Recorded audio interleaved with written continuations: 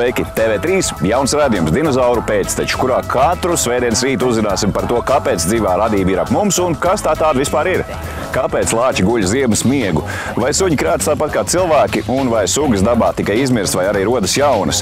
Kā atrast sev piemērot mājdzīvnieku un kā par to rūpēties? Par to un daudz ko vēl citu uzzināsim mūsu raidījumā Dinozauru pēcteči.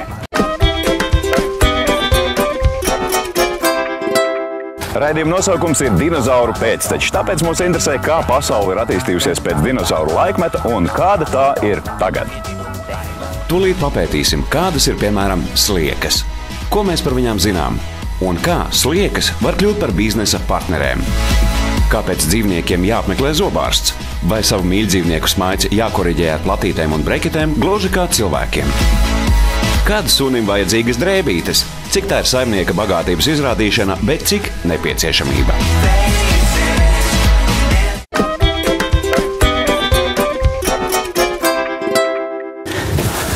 Lai jūs zināt, kas ir lubricum terrestris, tā sauc Latvijā mītošo dižslieku, un izrādās, ka šim tārpam piemīt fantastiskas spējas augsnes rušināšanā. Bet to radinieces Kalifornijas sliekas jau ir kļuvušas par vērā ņēmām un peļņas avotu daudziem cilvēkiem. Sliekas ir ļoti seni posmtārpi, kas savulaik cēlušies no jūras. Latvijā sastopami 13 dažādi slieku veidi. Visas sliekas nav vienādas. Citas ir apaļākas, citas kantainākas. Sliekas ir ļoti sens pasaules apdzīvotājs. Viņu senči nāk no jūras, un jūrā ir tā saucamie dzīvo daudzsartārpi, kuriem lieli tādi sari, gandrīz vai kā ekstremitātes. Un no jūras viņas ir nonākuši augsnē, tieši augsnē, nevis virs zemes, un saglabājuši šīs te ekstremitātes, kuras ir palikuši reducējušās kā tādi mazi sariņi. Ja mēs slieku pataustam, tad mēs jūtam, ka tur tāds sīki sariņi ķerās. Un tāpēc viņus arī sliekas sauc par mazsartārpiem, jo viņiem maz tie sariņi ir. Visvairāk slieku ir augsnē, kas bagāta ar trūdošām augu atliekām. Virzemē sliekas izlien naktī, bet dienā pēc lietus. Tāpēc tās mēdz saukt arī par lietu stārpiem. Lai pārvietotos, tām ir vajadzīga mitra virsma. Uz papīra sliekas nejūtas diezko komfortabli. Tās slieciņas, ko mēs saucam par lapu sliekām, tās sīkās, viņas dzīvo tieši augsnes virspusē, tur, kur ir auga atliekas ir. Tad mums ir tādas sliekas kā šīs, ko es tur rokās tās vidēji lielas, kuras izēdās augsnē, un viņas neparādās augsnes virspusē.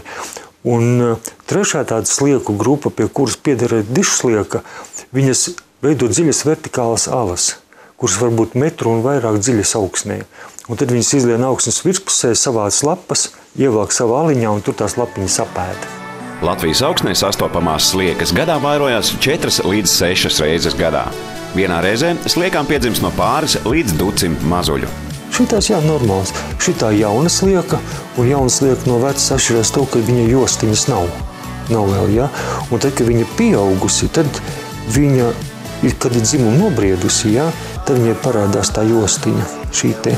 Un viņu vairošanās ir tāda, ka katrai sliekai ir abas dzimuma sistēmas, vīrišķā un sievišķā ir. Un tad, kad viņas pārojas, tad viņas šitā saskarās ar priekšgaliem, saliek savas dzimuma atveres kopā, un viena slieka otrai nodod spermatozīdus.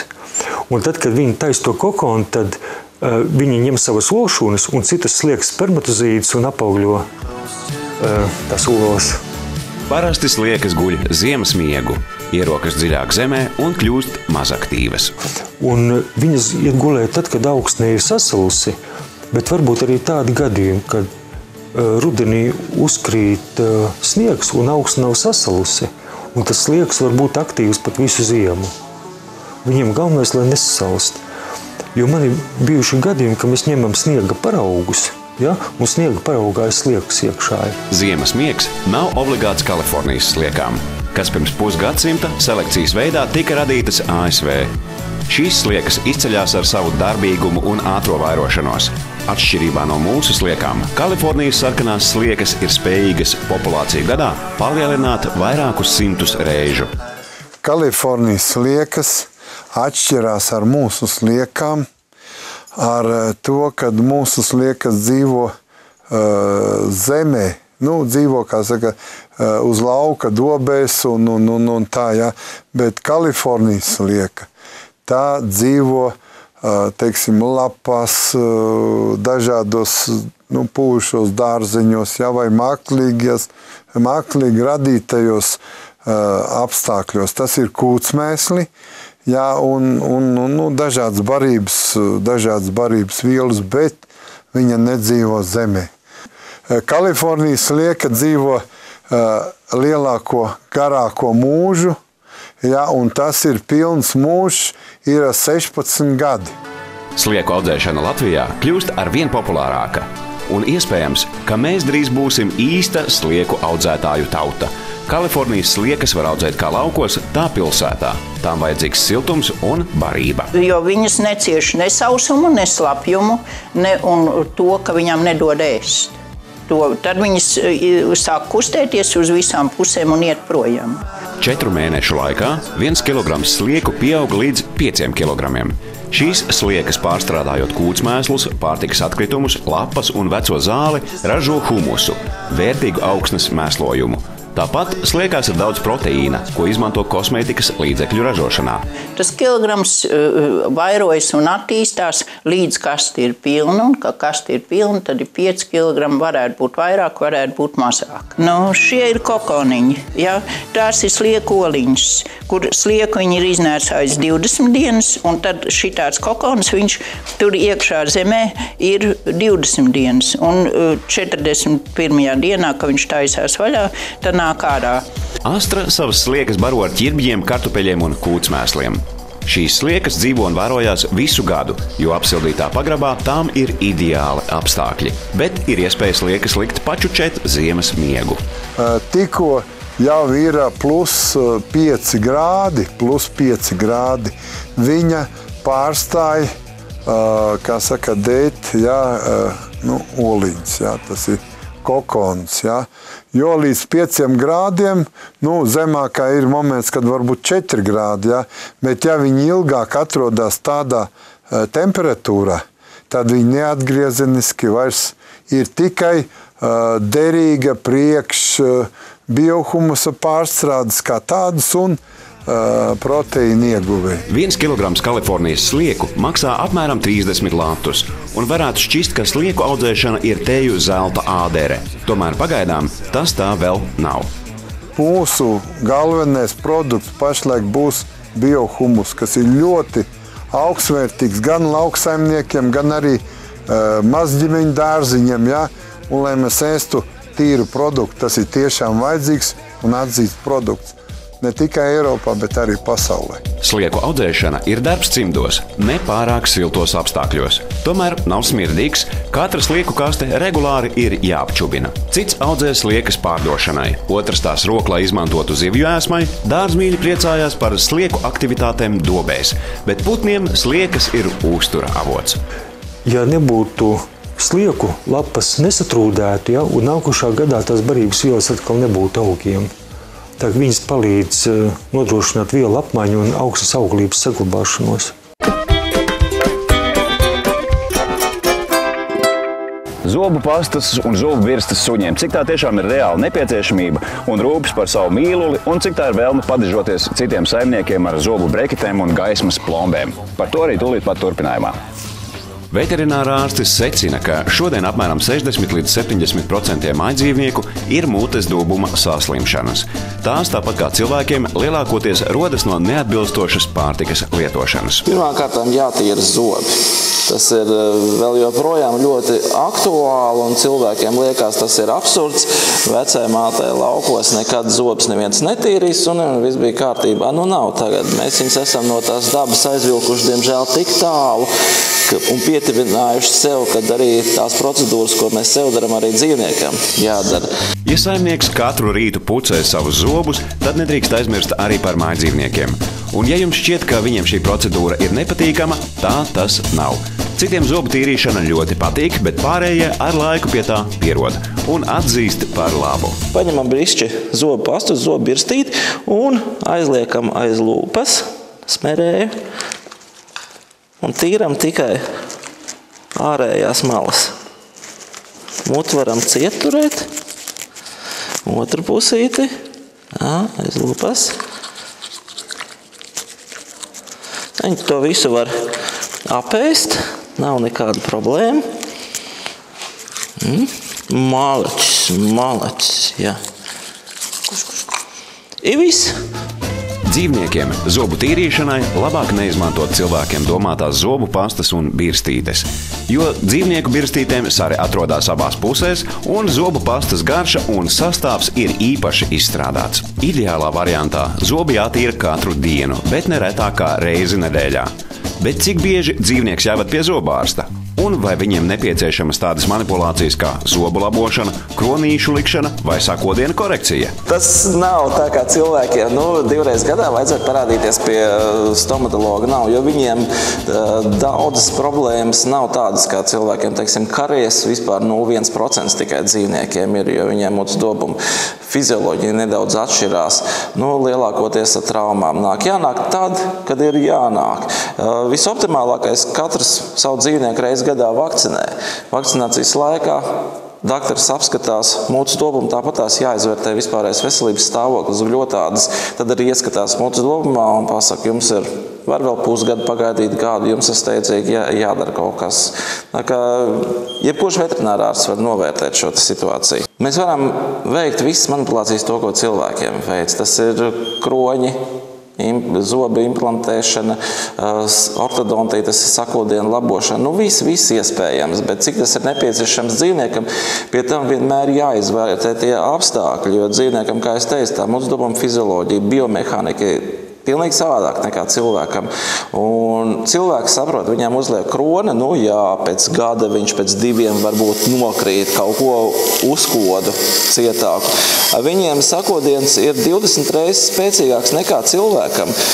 Protams, ka tas kronis, vai viņš turēs, ir arī cita lieta, teiksim, šādam te sunim. To kronīti varētu uzlikt, jo viņam ir lieli zobi, var izveidot kroņa pamatni, un tas kronis varētu stāvēt. Šādas te manipulācijas ir vajadzīgas īpašniekam vairāk vai savu ambīciju apmierināšanai vai izstādēm. Dzīvniekam ir ļoti maz tādu nepieciešamu lietu, teiksim. Var minēt tādas, kas liekas, eksotika, sakodienu labošana, tas ir, ja apakšēji ilkņi, teiksim, durās augšoklī iekšā, tas ir dzīvniekam vajadzīgs, jo tas ir veselības labad. Bet tās vispārējais ir reāli tikai izstādēm. Visbiežāk par savu mīļdzīvnieku zobu veselību rūpējas suņu un kaķu saimnieki. Bet tikpat svarīgi tas ir arī lielākiem dzīvniekiem, piemēram, zirgiem. Pirms daudziem gadiem Agrim Ilgažam nācies koriģēt sakodienu arī pērtiķim. Tas bija tajos laikos, kad fotogrāfi kopā ar dzīvniekiem apciemoja bērnu dārzus un skolas un taisīja dažādas bildes. Tad pērtiķim ne tikai bija labi jāizskatās, bet nācās arī rūpēties, lai dzīvnieks bērnam nevarētu iekost. Tāpēc pērtiķim tika izņemti ilkņi. Šobrīd šādas manipulācijas veikt vairs nedrīkst. No eksotikas tad var teikt, tas ir mērkaķis, kuram vajadzēja, ja pērtiķis kā pareizi viņu, ilkņus izņemt ārā. Tas bija vēl tajā laikā, kad to drīkstēja, jo principā mūsdienās tā manipulācija ir aizliegta. Tas tā kā nebija šīs aizliegtās manipulācijas tādiem dzīvnieciņiem, kas gāja, kādreiz bērndārzos fotografējas ar mērkaķīšiem. Viņi ir agresīvi un var apdraudēt dzīvnieku, un tad tos ilkņus vajadzēja ņemt ārā. Protams, tas, kad izņemt ārā jau tā, bet tās strādāt ar viņu, tas ir tā kā ar cilvēku gandrīz vai. Un visa anestēzija, narkoze arī iedarbojas tāpatās kā cilvēku, un tie zobiņi daudz arī neatšķirās. Lai jūsu mājdzīvniekam būtu veseli zobi un nesmirdētu elpa, saimniekam jārūpējās par minerālu vielu bagātu uzturu, sauso barību un jāradina graust, piemēram, burkāni. Teiksim, cilvēki domā, ka sauso barību dodot, viņi noteikti notīrīs zobus un būs ļoti skaisti. Viss gluži nav tā. Tad ir zobu notīrīšanai speciāli sausā barība, kas ir domāta, viņa garšķiedraina. Ja dzīvniekam smako mute, ir apsarkušas smaganas, dzeltenbrūns zobakmens vai viņš siekalojas, tās var liecināt par nopietnām mutes dobuma saslimšanām. Tad noteikti jāmeklē veterinārā ārsta palīdzība.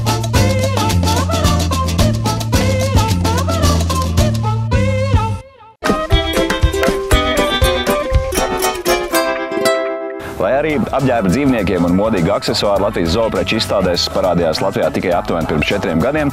Vispār moda dzīvniekiem ir 20. gadsimta fenomens, bet cilvēki par saviem mīluļiem ir rūpējušies jau stipri agrāk. Protams, tie bija bagātākie saimnieki, un suņu stāvokli sabiedrībā, piemēram, ietekmēja karaliene Viktorija, kas lika saviem mīluļiem pagatavot gultus ar baldahīniem un skaistas kaklasiksnes. Bet Napoleona dzīves draudzene Žozefīna dievināja mopšus. Tiesa tolaik viņiem nebija speciāli mētelīši, toties to portretu zīmēja ļoti slaveni mākslinieki. Šodien apģērba dzīvniekiem ir modes industrijas sastāvdaļa, un lielie modes nami modelē apģērbus dzīvniekiem, kas reizēm ir ļoti vajadzīgi, bet reizēm arī pilnīgi dārgi un nederīgi aksesuāri. Roberto Cavalli modes nams veido suņu apģērbu kolekciju, bet United Bamboo visā nopietnībā šuj mētelīšus kaķiem. Kļūdaini būtu uzskatīt, ka dzīvnieku modes līniju attīstīšana ir daudz miljonu bizness, tomēr savu pircēju tas atrod. Kopš tiem laikiem, kad Latvijas dzīvnieku mīļi ieraudzīja pirmās cepurītes suņiem un kakla siksniņas ar kristāliem, mūsu pircēju parādumi ir mainījušies. Pa šo laiku jau šis tirgus ir pilnīgi mainījies. Tagad, protams, esam pieraduši pie apģērbiem. Mēs zinām, ka šie apģērbi ir nepieciešami, jo tie pasargā gan dzīvnieku spalvu no netīrumiem, gan arī ziemā pasargā no augstuma. Vēsajos laika periodos patreiz ir interese par praktiskām lietām, lai tas būtu silts džemperītis, silts kombinzons, jo bez tā šie dzīvnieki, kuriem nav pavilnas, viņiem ir augsti. Šī nav tikai suņu privilēģija. Savi aksesuāri un drēbītes ir piemēram arī saskiem un kaķiem. Daži saimnieki pamanās ieģērbt arī jūras cūciņas, plikos skinijus. Pircēji kļūst aizvien zinošāki un prasīgāki, meklē kvalitatīvus apģērbus. Ka viens modelīts tiek pirkt pat vairākas reizes dzīvnieku dzīvē, ka viņš novalkājās un saka, man tas ļoti patīk, gribu vēl, tas ir kvalitatīvs un ērts manam sunītim. Ir masveida prece. Tāpat tās kā cilvēkiem, un ir, protams, brenda preces. Ir dizaineri, kuri izstrādā šos apģērbus, un ir cilvēki, kuri meklē jau klāt savam apģērbam šī paša dizainera drēbes. Protams, mēs nevaram pielīdzināt, diemžēl, šai cenu kvalitātei, kas ir itāļu dizaineri radītās drēbītes no Ķīnas masveida produkcijas. Un tur tās cenu atšķirības ir. Lai Latvijā tirgotu lielo modes namu kolekcijas, mūsu veikalniekiem jāslēdz līgumi, kurus, kā atzīst Ilva Kubāsova, slēgt nav izdevīgi, jo Latvijas tirgus ir pārāk niecīgs. Latvijā to par nopietnu biznesu mēs nevaram uzskatīt, bet pasaulē ir liels ražotāju firmas, un viņas ir diezgan daudz, kuras konkurē savā starpā, tā kā tā jau ir liela nopietna industrija. Līdz Latvijai nonāk vispopulārākais, kas ir pieejams, tas ir Forpets Only, itāļu ražotās drēbes. Katru sezonu mūsu patstāvīgie pircēji ierodas apskatīties, kāda ir jaunuma dzīvnieku ģērbšanā. Ja dažiem saimniekiem dzīvnieku aksesuāru iegāde ir prestiža jautājums, tad ir suņu un kaķu šķirnes, kas bez īpaša apģērba ziemas laikā uz ielas vispār nevar rādīties. Tās ir visu cilvēku radītas šķirnes, un šie suņi nedzīvo patstāvīgi laukā. Un mēs nevaram gribēt, ka šodien tagad mēs dzīvojam iekšā, viņš ir pieradis pie istabas temperatūras, bet mēs iziesim laukā un 3 stundas būsim laukā, un viņam būs tikpat labi tur. Viņam ir augsti. Tiek uzskatīts, ka lielākais suņu un kaķu mīlētāju skaits ir ASV. Tur katru gadu notiek fantastiska suņu modes parāde, kurā piedalās 500 suņu. Otrajā vietā ir Japāna, kur ir neiedomājami daudz frizētavu un skaistumkopšanas salonu. Tur suņus krāso dažādās krāsās, taisa manikīru un dzīvniekus rotā ar gredzentiņiem. Nav datu, kurā vietā dzīvnieku mīļu listē ir Latvija. Tomēr arī mums ir mazo suņu skoliņas, skaistumkopšanas saloni un pat trenažieri suņiem. Šīs mazo suņu skoliņas ir ļoti labas arī kā socializācijas vieta, jo satiekās daudz šādu mazu suņu pārstāvu un viņi mācās, kā kontaktēt vienam ar otru, kā uzvesties suņu sabiedrībā. Mēs paši esam palikuši diezgan slinki, un ja ir augstie ziemas apstākļi, sunītim arī ir augsts, mēs nevaram viņam dot šīs nepieciešamās fiziskās aktivitātes, tāpēc ir speciālie suņu trenažieri. Speciālās suņu trenažieru zāles. Viņiem tas ir vesels tusiņš, un pēc tam sunīts ļoti labi prāt uz šī trenažiera paskrien. jo viņš zina, ka pēc tam viņš dabūs kādu gardumiņu, un šī gardumiņa mudināts suns ļoti labprāt nodarbojās uz trenažieru. Saimnieks tajā laikā priecājās, ka suns tik dūšīgi skrien, un pats noteikti sola sev, ka tikpat dūšīgi nodarbosies.